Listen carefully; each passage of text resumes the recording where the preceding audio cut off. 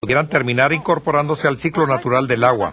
Aparte del reciclaje de papel y el empaque de materiales que ya mencionaron, los esfuerzos a nivel residencial deben de incluir la separación de productos tóxicos en el hogar, incluyendo pinturas, barnices, insecticidas y pesticidas, entre otros. Debemos iniciar el gran esfuerzo de limpieza del medio ambiente en nuestras propias casas. Fuera de nuestros hogares hemos estado mejorando. Hemos ya desarrollado excelentes métodos de restauración de sitios contaminados, aplicando tecnologías muy creativas. Muchas organizaciones sí están cumpliendo ya con las más recientes disposiciones ambientales y estamos tratando de controlar la infiltración de sustancias nocivas en nuestras fuentes de agua potable. Otros están haciendo un gran esfuerzo para reducir los residuos que se evaporan al aire, que respiramos, pero luego nos regresamos y nos preguntamos, ¿tenemos la capacidad de mejorar aún más? Luego viene la dimensión legal de esto. ¿Qué aseguranza requiere una empresa involucrada en la restauración de un sitio contaminado contra posibles reclamos de residentes cercanos? ¿Es conveniente hacer una evaluación de riesgos en cada etapa de un programa de restauración de un sitio contaminado? ¿Con qué profundidad? ¿Y qué tan extenso y costoso será este? Si tenemos los recursos financieros, ¿será este esfuerzo suficiente para salvar el lugar permanentemente y regresarle su vida natural? ¿Será esto práctico? Al respecto, he tenido la oportunidad en la India de evaluar algunos sitios restaurados con apoyos del Banco Mundial. Los sitios estaban verdes. Todos se veían bonitos y verdes. La única cosa es de que nada crecía en ellos. Miles y miles de acres fueron contaminados con cromo y sales de cromo.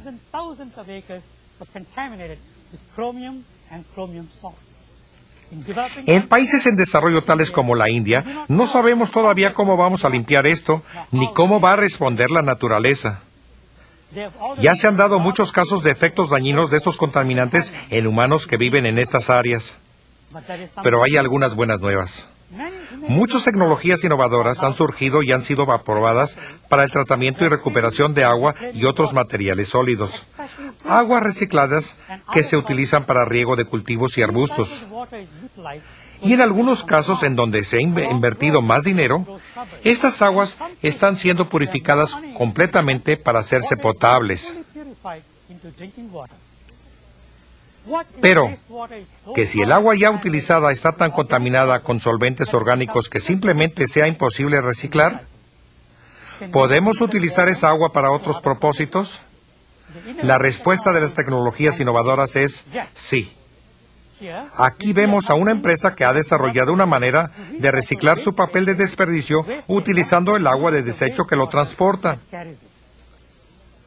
Más adelante en el proceso, el agua misma es recuperada.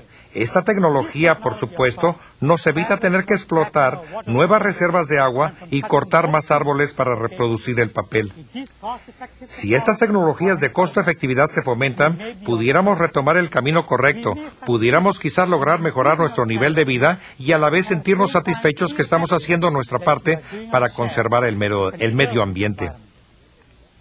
En la actualidad se está haciendo lo que se puede en el caso del agua de desecho a través de uso de tecnologías tales como la filtración, sedimentación, formación de lodos y oxigenación. Estamos utilizando cada vez más organismos microscópicos o microbios, no solo en la restauración de suelos, sino para limpiar el agua también. Estamos enseñándole a estos microbios a utilizar el desecho industrial como alimento. Esta tecnología ha existido desde hace 20 años. La utilización de microbios se ha dado durante siglos desde el día que supimos de ellos, usándolos para convertir almidones simples en vinos y cervezas, para suavizar nuestros panes y para acelerar nuestros procesos de fermentación. Ahora los utilizamos en una manera innovadora. Aquí podemos ver la utilización de microbios para descomponer varios tipos de químicos, tales como el DDT. Esta tecnología puede utilizarse para petroquímicos comunes y químicos azufrados y hasta pueden utilizarse para separar metales. Esta tecnología de organismos microscópicos pudiera ser una de las llaves que tenemos para el futuro. Pero tenemos que recordar que toda caridad comienza en casa. Tenemos que comenzar a limpiar el medio ambiente de nuestros hogares. No debemos comenzar en sitios contaminados que están restaurando, sino en sitios de recolección municipal, a donde llevamos continuamente grandes cantidades de desechos con la esperanza de que desaparezcan. Pero eso no es posible, porque la mayoría de los químicos que usamos en nuestros hogares son tirados en el colector de desechos municipales junto con toda nuestra basura. Los productos alimenticios que ponemos en nuestras bolsas de basura se descomponen rápidamente, pero ¿sabrán ustedes que la bolsa de plástico de basura que tiramos se mantendrá ahí sin descomponerse ni degradarse durante los próximos 400 años?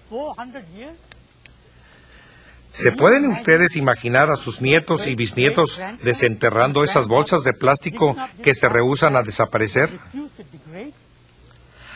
Aquí es donde yo considero que nos ayudará la tecnología de microorganismos. Esto nos permitirá reciclar nuestros desperdicios de una manera natural.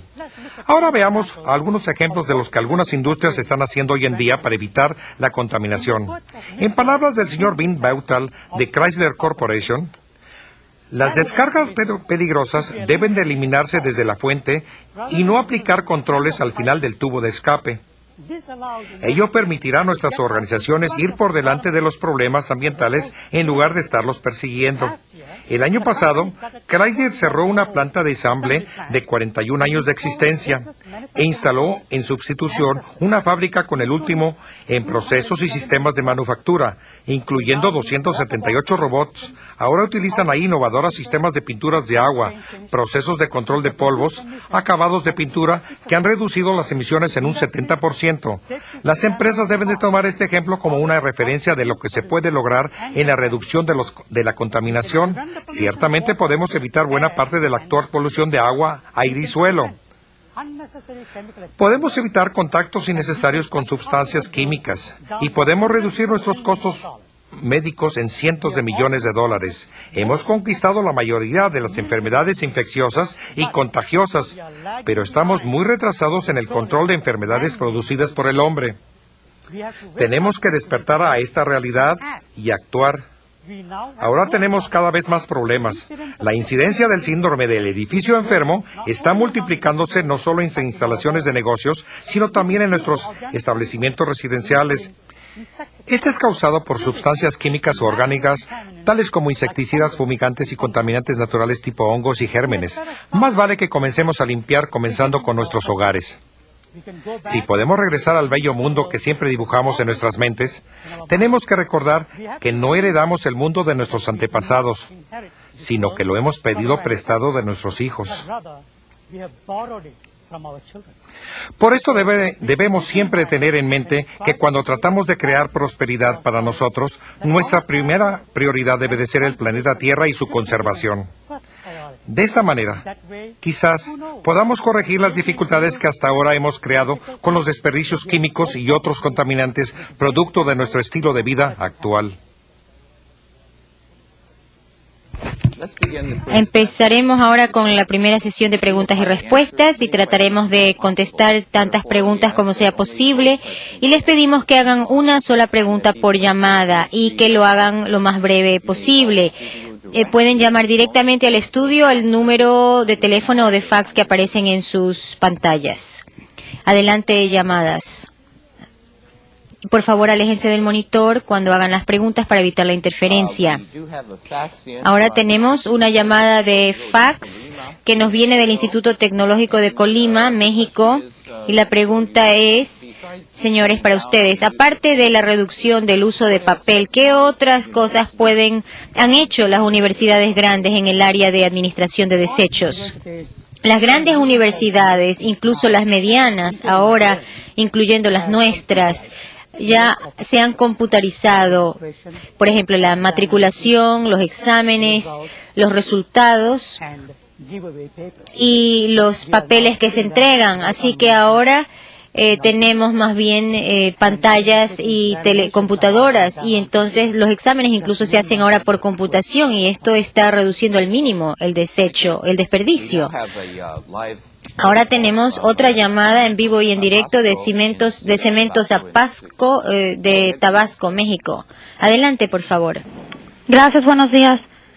Tenemos dos preguntas. La primera es, ¿qué tan segura es la disposición final por incineración de bifenilos policlorados con una temperatura mayor de 1200 grados centígrados? Y la segunda es, ¿cuál es la proporción de reciclaje de la producción de desechos en México? Gracias. Tomaré la primera pregunta en este momento y cuando estamos incinerando, en particular con un incinerador que llamamos ahora la cámara de circulación, 1300 grados, no son suficientes. Hemos visto varios productos que vienen de allí y que no podemos controlar. Pero si se puede reducir la temperatura y pasar a un incinerador de multicámaras, podremos entonces reducir una gran cantidad de desechos de incineración, especialmente los óxidos de arsénico que se liberan y una serie de monóxido de carbono y también los cianuros que también se pueden desglosar. Luego, la segunda pregunta con relación a México. He notado una similitud y un patrón con el sudeste asiático. Tenemos problemas. Hemos empezado ahora a recoger los desechos.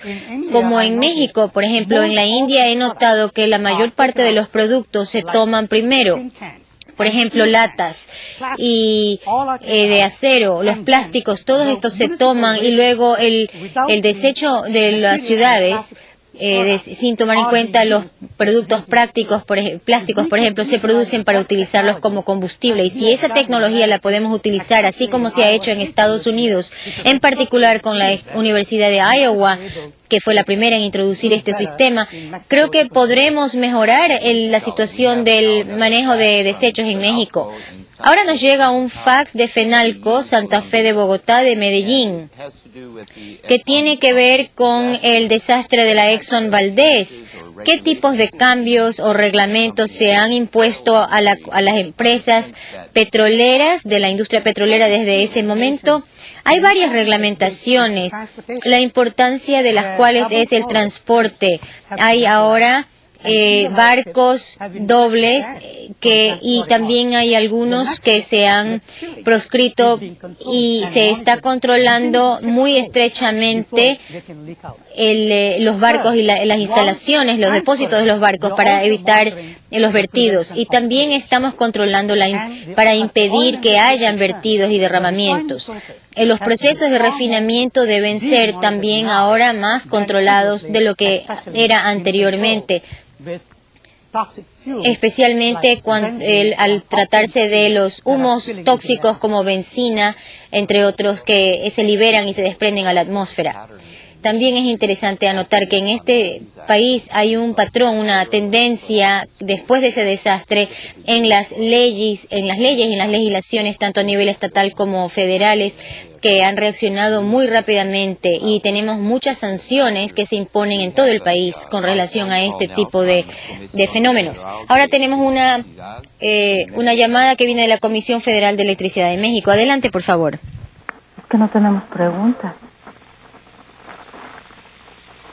Oh, we don't have a question after all. Well, if you wish to call in, si desean volver a llamar a hacer la pregunta, entonces con mucho gusto la vamos a tomar. Ahora vamos a pasar a otra pregunta que nos ha llegado vía fax del Instituto Tecnológico de Minatitlán, México. ¿Qué porcentaje de empresas estadounidenses están ahora aumentando sus gestiones para administrar los desechos y cuáles son los principales motivos para hacerlo? Las reglas que se han impuesto exigen que el 100% de las empresas lo hagan con las últimas leyes. Se responsabiliza a las empresas por cada onza de desechos que ellos generen hasta que sean desechadas adecuadamente. Las compañías son ahora más y más conscientes del control de los productos de desechos. En el pasado hemos visto que las empresas más grandes han reaccionado más rápidamente y primero, pero ahora esto se está generalizando en toda la cultura empresarial de Estados Unidos, sin distingo de tamaño de las empresas, y ahora hay seminarios que se dictan precisamente para enseñar a controlar la generación de desechos y de desperdicios, y esto se ve cada vez más. Tenemos ahora otra llamada del Instituto Politécnico Nacional de Tijuana, Baja California. Por favor, la pregunta. Sí, buenos días. La pregunta es la siguiente. Tengo varias, pero bueno, una de ellas es, ¿qué tanto desecho tóxico se ha reducido al usar la energía solar y si es posible incrementar su uso?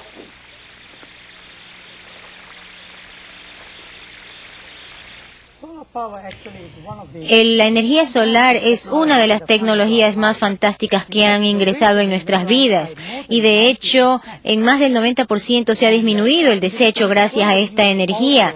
Y también se la utiliza además para la reducción de desechos y especialmente si no se utiliza la energía solar, especialmente en las plantas generadoras de energía de electricidad.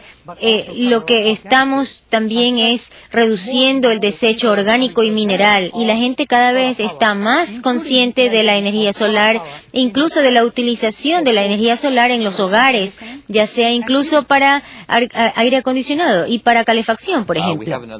Muy bien, tenemos otra pregunta en vivo y en directo de la Universidad Tecnológica de Panamá. Muy buenos días.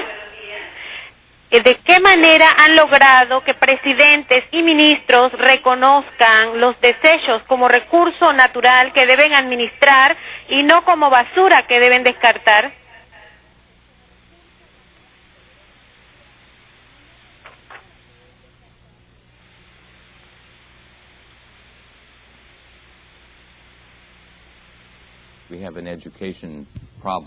Tenemos un problema de educación. Ahora, tanto presidentes como primeros ministros y ministros de todo el mundo se dan cuenta que si se reduce el desecho en los países, entonces se benefician los países. Y están logrando beneficios a nivel económico haciendo esto. Por ejemplo, en Tailandia especialmente hay bellas islas que son lugares de vacaciones que están tratando de reciclar los desechos, precisamente, por ejemplo, recogiendo latas de estaño, de latón, incluso botellas plásticas de las riberas de las playas. Y de esta manera están atrayendo más turistas a sus islas, donde el agua es más pura, el aire es más limpio y donde las condiciones de vida son mejores. Y como ex funcionario del gobierno, ¿qué dice usted, señor Oper? Yo creo que algo de lo que realmente ayuda a educar a los líderes gubernamentales y empresariales es el surgimiento de las NGO, de las ONG, que son organizaciones no gubernamentales que realmente están haciendo el papel de policía, por ejemplo, y que están aumentando en Latinoamérica, y que hay también grupos de ciudadanos muy activos que están haciendo escuchar su voz y su opinión ante los gobiernos, y son ciudadanos muy activos y organizaciones muy activas que están respondiendo, y creo que es un signo muy positivo. Muy bien, ahora tenemos otra llamada en vivo y en directo de la Universidad Nacional de Córdoba. Buenos días. Adelante, por favor. Buenos días. La pregunta que nos interesa es saber qué se puede hacer con las pilas y las baterías y después con los desechos nucleares.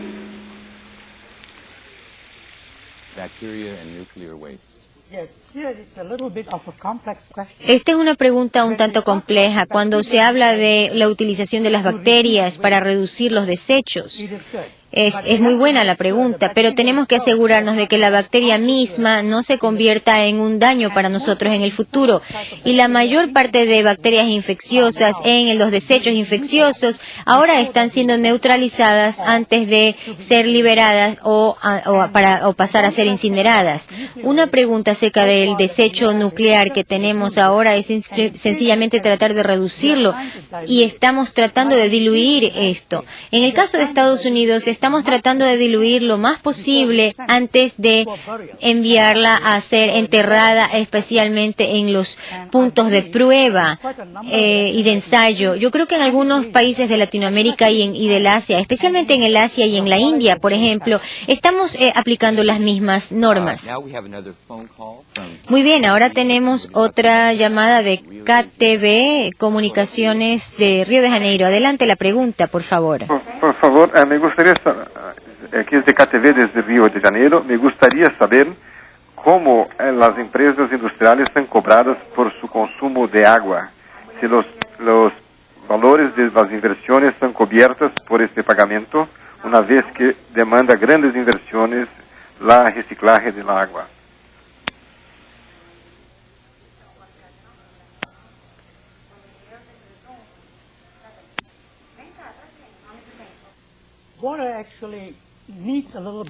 Se requiere, por supuesto, inversión para manejar aguas industriales y desechos industriales. Pero, en primer lugar, el agua reciclable vendrá después y también se va a reducir. Sí se reducen los desechos y al mismo tiempo se reduce el agua de desechos. Estamos tratando de no solamente reducir para el asunto de cultivo, sino también para que se la puede reutilizar para el riego y para limpiar los productos. Pero si usted está interesado en utilizar agua para limpiar el agua para efectos de agua potable, vamos todavía a tener los costos muy altos para la conversión a agua potable. Ahora, no solamente vemos que se aumenta el reciclaje en todas partes y los programas, sino que también el tratamiento de agua es importante.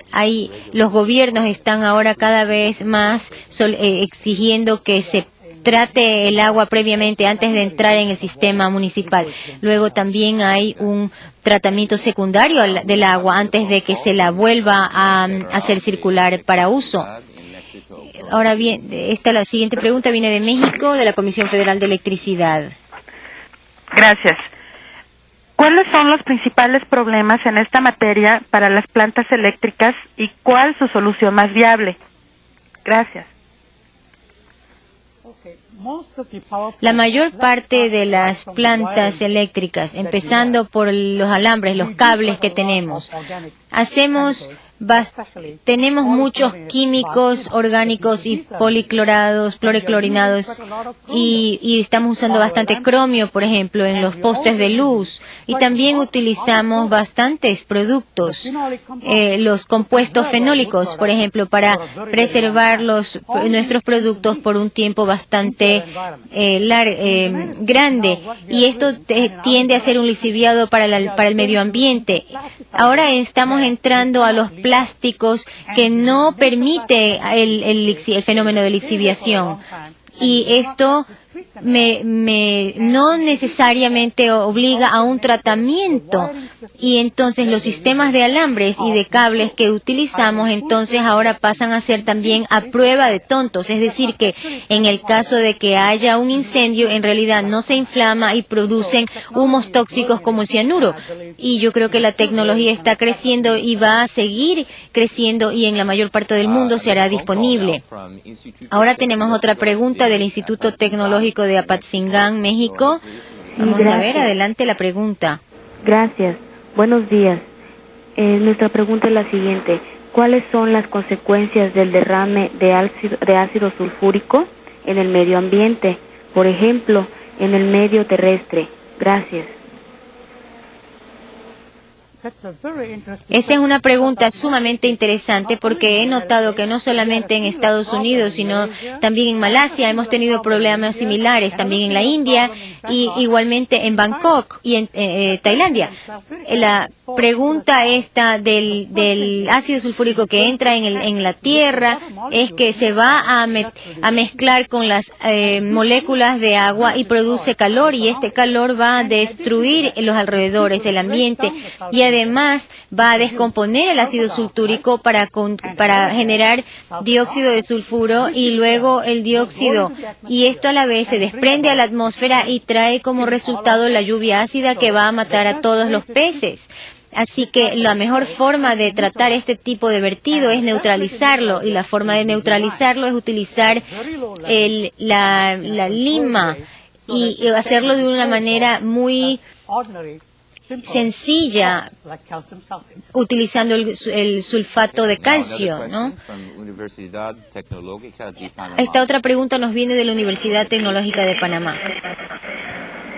Sí, muy buenos días. Le hablamos de la Universidad Tecnológica de Panamá, Centro Regional de Azuero, en Los Santos. La pregunta es la siguiente: ¿qué proceso de reciclaje diferente a la incineración podemos aplicarle a los desechos hospitalarios en países como el nuestro, en donde no contamos con el recurso monetario suficiente para adquirir un equipo costoso? Muchas gracias.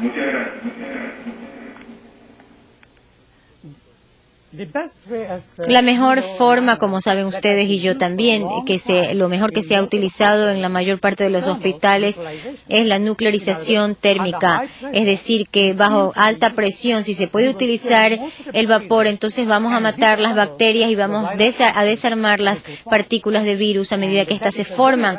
Y este es un paso que se recomienda mucho, y luego si eso no funciona, entonces optamos por la incineración. Pero en el caso de tejidos, por ejemplo, también podemos hacer la destrucción térmica primero antes de enterrar estos desechos en la tierra, y de esta manera podremos deshacernos de ello. Y la otra forma es utilizar otros productos químicos en casos especialmente como casos de bacterias sumamente peligrosas como la del tétano y botulismo. Primero hay que destruirlas, porque no podemos completamente confiar en la incineración, porque sí hay la posibilidad de que estas bacterias se escapen al medio ambiente y contaminen. Así que su pregunta es sumamente importante, y creo que lo mejor que podríamos hacer ahí es utilizar nuclearización térmica. Now we have another question. Tenemos ahora una pregunta de la Comisión Federal de Electricidad de México. Buenos días. ¿En qué proporción de responsabilidad le corresponde a las diferentes instancias de la sociedad, como son el gobierno, la iniciativa privada y el seno familiar, la salvaguarda del medio ambiente? Gracias.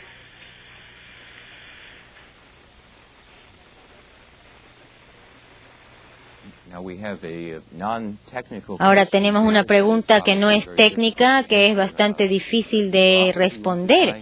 ¿Quisiera usted responder, señor Upper?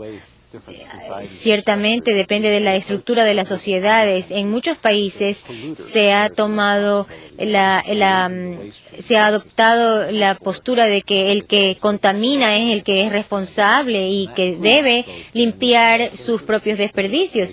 Esto incluye los hogares, porque los hogares también ocasionan desechos y desperdicios, las escuelas y las universidades también, las industrias y también el gobierno. Si uno se enfoca para controlar y desechar los desperdicios y la basura adecuadamente, entonces este parece ser un enfoque bastante económico y eficiente para manejar bien los desechos. Creo que el gobierno puede poner tantos reglamentos como quiera, pero si nosotros nos concientizamos de la basura que generamos nosotros mismos, yo diría que nosotros tenemos que empezar a nivel personal, individual, en el hogar. Si empezamos a controlar nuestro propio desperdicio, automáticamente los negocios, las empresas lo podrán hacer, y entonces las reglas del gobierno funcionarán. Pero a pesar de todas las reglas, yo creo que debemos empezar por la casa. Muy bien, así que todos tenemos responsabilidades, sí. Ahora tenemos una pregunta de la organización Rainbird de Tijuana, California, Baja California. Por favor, adelante la pregunta. Buenos días. Son dos preguntas. La primera: ¿qué pasaría de no llevarse a cabo un reciclamiento apropiado a nivel mundial, o si tiene un tipo de proyecciones? Y la segunda es: ¿de qué forma podemos motivar y concientizar a la gente, sobre todo los países subdesarrollados, para reciclar?